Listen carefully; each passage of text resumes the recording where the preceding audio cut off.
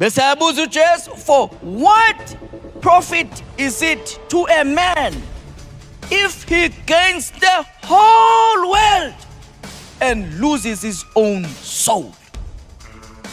Uyayizwa ke manje? Kumsizana umuntu ukuthi azuze izwe lonke kodwa bese kugcinena alahlekelwa yini? Ukuphila kwakhe. Alahlekelwa umphefumulo. Kusho ukuthi ngamanye amazwi bazalwane, uJesu ufuna ukusitshela ukuthi mawufuna izwe usendleleni yekufeni.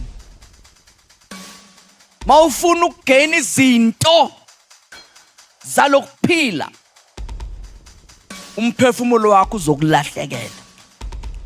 Kungahlala kungabonakali namhlanje today, kodwa nakukhala icilongo it will be clear.